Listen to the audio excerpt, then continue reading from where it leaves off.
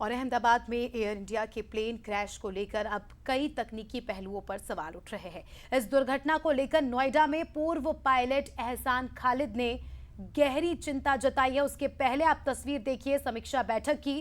प्रधानमंत्री नरेंद्र मोदी की अध्यक्षता में समीक्षा बैठक Ahmedabad air India plane crash को लेकर।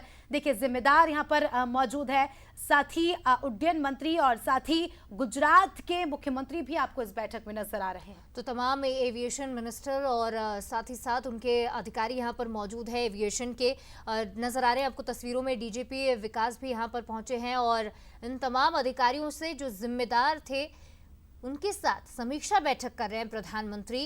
केंद्रीय उड्डयन मंत्री राम मोहन नायडू मौजूद हैं, गुजरात के मुखिया भूपेंद्र पटेल भी पहुंचे हैं और जायजा ले रहे हैं। प्रधानमंत्री जानने की कोशिश कर रहे हैं कि आखिर उस 40 सेकंड में, उस 40 सेकंड से 2 मिनट के अंतराल में आखिर ऐसा क्या हुआ। क्या पायलट ने मेडे सिग्नल भेजा, उसके बाद एटीसी तुरंत कार्रवाई नहीं कर पाई? क्या उतना वक्त नहीं मिला?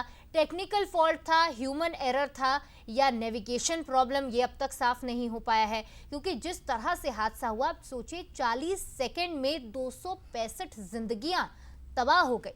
अब इस पर समीक्षा की जा रही है, ये गहन जांच का विषय है और जल्द ही डीजीसीए की रिपोर्ट भी सामने आ सकती है। तो दो तस्वीरें आपके सामने। पहली तस्वीर आप समीक्षा बैठक की देख रहे हैं, जो कि दिखाती है कि कितना हम कह सकते हैं कितने सवाल पूछे जाएंगे और कितना ज़रूरी है इस तरह की समीक्षा बैठकों का होना, क्योंकि कई सारे सवाल खड़े हो रहे हैं। दूसरी तस्वीर आप मौके की देख रहे हैं जहां पर यह हादसा हुआ। दूसरी तस्वीर में आप देख सकते हैं कि किस तरह से लगातार यहाँ पर भी जांच जारी है।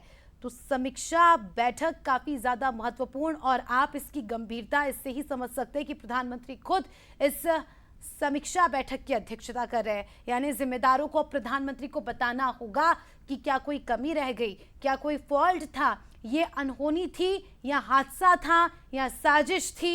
हर एंगल से देखिए जिस हिसाब से ये हादसा हुआ है, जिस तरह से हादसा हुआ है, कई सारे सवाल सबके जहन में है और हर सवाल का जवाब मिलना जरूरी है।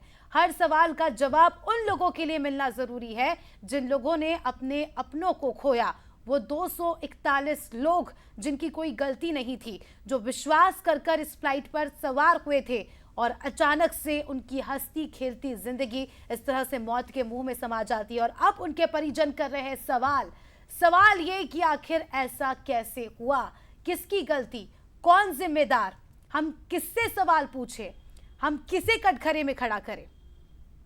तो देखिए लगातार उन पहलुओं पर चर्चा हो रही है, उन पहलुओं पर सवाल उठ रहे हैं जो इस हादसे के जिम्मेदार पहलू हो सकते हैं। तो पहली बात तो इमरजेंसी रिस्पांस में देरी क्यों हुई, क्या एटीएस से सिग्नल मिलने में दिक्कत हुई थी? हालांकि ये जो टाइम स्पैन था, अगर हम वो समझने की कोशिश करें तो वो बहुत ही कम था। कितनी भी जल्दी अगर एटीसी की ओर से रिस्पॉन्ड दिया भी जाता तो 40 सेकेंड के अंदर ये ब्लास्ट हो चुका था। प्लेन की मेंटेनेंस हिस्ट्री पर भी अब नजर डालेगी डीजीसीए की टीम। तो देखिए अहमदाबाद में एयर इंडिया के प्लेन क्रैश को लेकर अब कई तकनीकी पहलुओं पर भी सवाल उठने लगे हैं और इस दुर्घटना को लेकर नोएडा में पूर्व पायलट एहसान खालिद ने गहरी चिंता जताई है।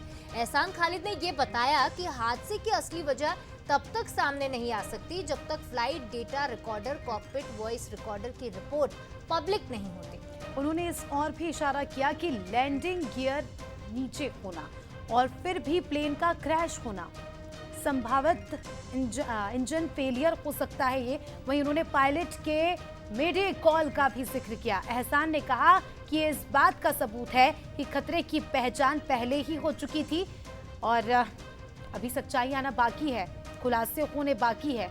लेकिन आपको बता दें कि जो बात इन्होंने कही है कि जांच होनी चाहिए, एयरलाइन और डीजीसीए की जांच रिपोर्ट सभी के सामने आना चाहिए और इस रिपोर्ट का इंतजार सभी को है। तो ये भी कहा जा रहा है कि क्या आईसीओए का भी इसमें इन्वॉल्वमेंट होगा, क्योंकि अब देखिए इंटरनेशनल इसमें यात्री सवार थे। चाहे हम ब्रिटेन की बात करें, पोर्तुगल और कनाडा के भी यहाँ पर नागरिक थे इस फ्लाइट में जिनकी मौत हुई है। ऐसे में ब्रिटेन सरकार की ओर से भी इसकी जांच की बात कही जा रही है और इंटरनेशनल लेवल का अब ये मामला पूरा हो चुका है।